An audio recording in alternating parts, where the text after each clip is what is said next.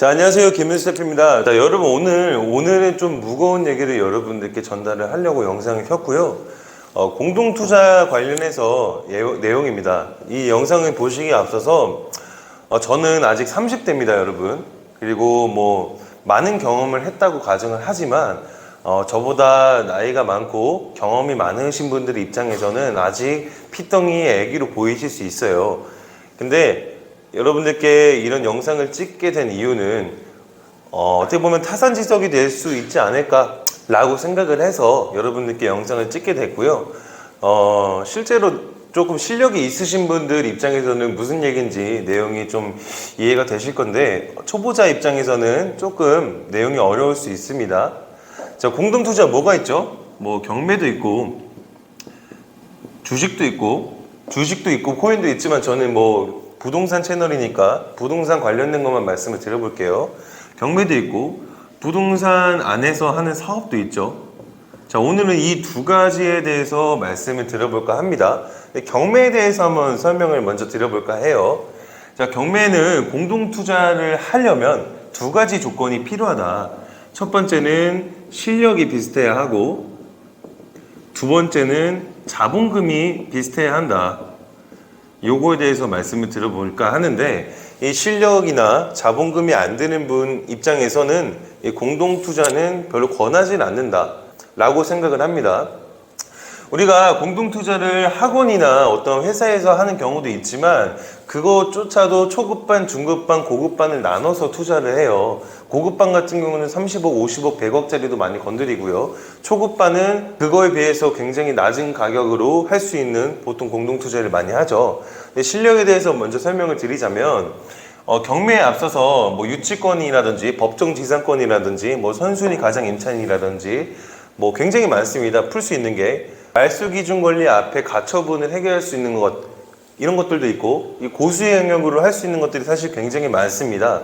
근데도 이 실력에서 많이 나눠지는 게, 내가 후순위에 대항력이 없는 임차인이 있는데도 불구하고 이 명도를 못해서 몇 년 동안 호송세월 낭비하시는 분도 계시는 반면에, 누구는 유치권도 풀고 취미로 선순위 가장 임차인도 풀고 법정지상권도 풀고 이런 실력자들도 있어요. 근데 이 사람이 A, 이 사람이 B라고 가정을 할게요. B는 명도조차도 못하는 사람입니다.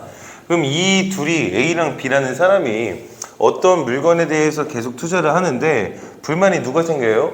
이 A라는 사람이 계속 생기겠죠. 아, 일은 내가 다 하는데 B는 뭐 사실상 투자만 하네? 뭐 이런 개념으로도 보일 거예요.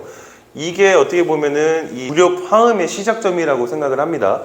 이렇게 되면 나중에 A가 불만이 많이 쌓여지면 B한테 사실 이 일 내가 다 했으니까 수익률을 반반 아니고 내가 좀 더 가져갈게, 이러면서 불협화음이 당연히 생기죠. 자, 그런 입장이 많다 보니까 이렇게 실력이 비슷하지 않으면 여러분들께서 공동투자를 권하지 않는다. 자, 이런 내용이고요. 두 번째는 자본금인데, 자, 6억짜리 이제 투자 물건이 있다고 생각을 한번 해볼게요. 그러면은 3억 그리고 3억이 되겠죠. 근데 A라는 사람은 자본금이 10억이 있습니다. 시드머니가.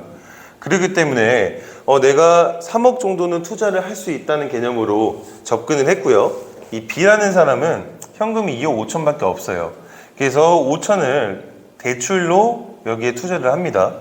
그러면 실제로 뭐가 문제가 생기냐면, 이 물건지가 앞으로 1년에서 10년 사이에 어떤 물건의 변화가 있을지 모르겠지만 1년 뒤에 수익이 생길 수가 있고 10년 뒤에는 수익이 더 생길 수 있겠죠. 그런데 이 10억을 가진 사람은 1년보다는 어떻게 하겠어요?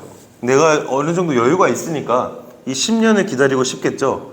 근데 이 사람은 이 대출 이자가 계속 나가고 있는 상황이니까 어떡하겠어요? 1년 뒤에 단타로 빨리 팔라고 하겠죠. 이런 부분도 불협화음이 자꾸 생기기 때문에 이런 것도 참고를 하셔서 여러분들께서 공동투자를 하셨으면 좋겠다. 실제로 저도 이 경매는 공동투자를 안 했고 분양권으로 이미 한번 되어본 적이 있어요. 자, 요건 민간임대 얘기인데, 신강교제 풍경채를 하다가 공동투자를 했습니다. 근데 저는 어느 정도 여유가 있었고 이제 B라는 분이 계셨는데 그분이 조금 여유가 없었어요. 그래서 몇 천만 원대 다시 팔았습니다. 얼마 못 먹었는데 저는 기다리고 싶었어요. 지금 피가 2억이 붙었죠. 자, 두 번째는 사업에 대해서 얘기를 한번 해볼까 하는데, 사업은 보통 20대 후반, 요즘에는 좀 빨라서 20대 후반 분들도 많이 하시는 것 같아요. 혹은 30대에서 40대가 많이 하시죠. 그래서 이제 30, 40대 분들 중에서 이 사업에 혹해서 서류를 문서화를 잘 안 하는 분들도 많으세요. 아, 이거 좋은 게 좋은 거라지. 수익이 많이 생기겠지. 내가 열심히 더 하면 되지. 이런 분들이 굉장히 많으신데, 실제로 사업은, 특히 공동투자로 하는 사업 같은 경우는 정말 만약에, 혹은 만약에 상황을 대비를 해야 된다. 그래서 문서를, 서류화를 무조건 해야 합니다. 정말 1원이라도 이 마음이 상하지 않도록 이 문서화를 잘 하셔야 된다. 문서화를 잘 하는 습관을 기르다 보면 여러분들께서 더 많은 돈을 버실 수 있는 사업을 크게 하실 수가 있을 거예요. 자, 이 문서의 세분화를 제가 왜 말씀을 드리자면, 자, 사업에 대해서 공동투자를 보통 누가 해요? 친분이 있는 사람들끼리 합니다. 근데 처음부터 이 문서화를 제대로 하지 않으면 뭐가 문제가 생기느냐? 돈에 관련돼서 이야기를 하는 게 꺼림직하다 보니까 그거에 대해서 얘기를 자꾸 안 하게 되고, 그러면서 처음 계단이 자꾸 무너지게 되는 그런 사건이 많습니다. 그러니까 아주 작은 돈이더라도 정말 공동투자는 출처가 정말 투명하게 관리를 해야 하고, 그게 아니다, 내가 그걸 못할 것 같다 이러면 공동투자를 하시면 안 됩니다. 이 문서화에 대해서 투명하게 공유가 되지 않으면 여러분들 이 사업이라는 게 엄청 바쁩니다. 나중에 임대차 계약서부터 시작을 해서 뭐 프랜차이즈를 운영한다 하면 프랜차이즈에 대해서 본사랑 계속 미팅도 해야 되고 계약서 작성도 해야 되고 할 게 굉장히 많죠. 근데 이런 공동투자에 대해서 문서화를 제대로 해놓지 않으면, 처음부터 해놓지 않으면 당연히 문제가 생기겠죠.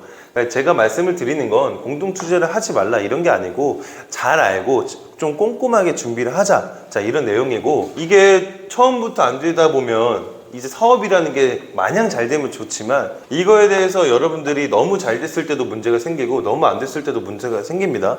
너무 잘 됐을 때는 여러분들께서 이 너무 잘 된 거에 대해서 수익을 어떻게 분배를 하느니 뭐 이런 얘기도 나와요, 분명히. 그러면은 그거에 대해서 민사나 형사 갈 수도 있고요.